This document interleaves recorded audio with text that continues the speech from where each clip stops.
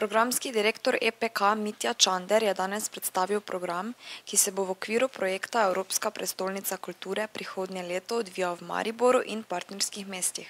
Kot je dejal, je ta zaenkrat izdelan do 3/4 in obsega 277 različnih projektov. Program so zastavili v okviru 24,3 milijona evrov, kolikor jih imajo zaenkrat na razpolago. Po besedah Čandra je to druga najcenejša Evropska prestolnica kulture v zgodovini, manj naj bi porabili le še v Vilniusu.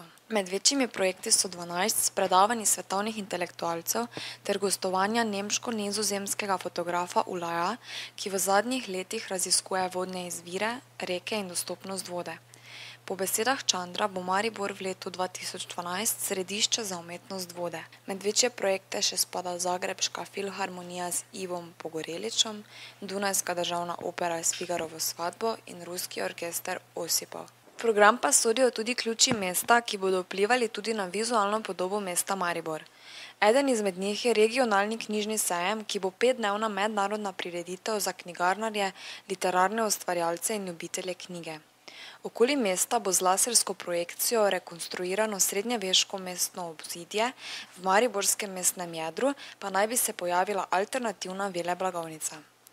Univerza v Mariboru bo predstavila hišo znanosti, kjer bodo promovirali znanost. Med ključe mesta spadajo še literarna hiša, splavarska igrala, obhišne klopi, zbirka kositrnih vojakov in še nekateri drugi. Najbolj negotov položaj je pri lokacijah. Kot je pojasnil Čander, si želijo osrednji prireditveni prostor le za programski sklop Terminal 12, tudi če bo šlo za montažno varianto.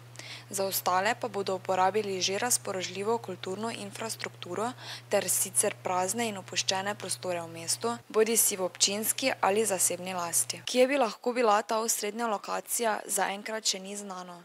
Doslej sta propadli že ideji za izgradnjo novega kulturnega središča Maks ter obnovo nekdanje tovarne TVT Boris Kidrič.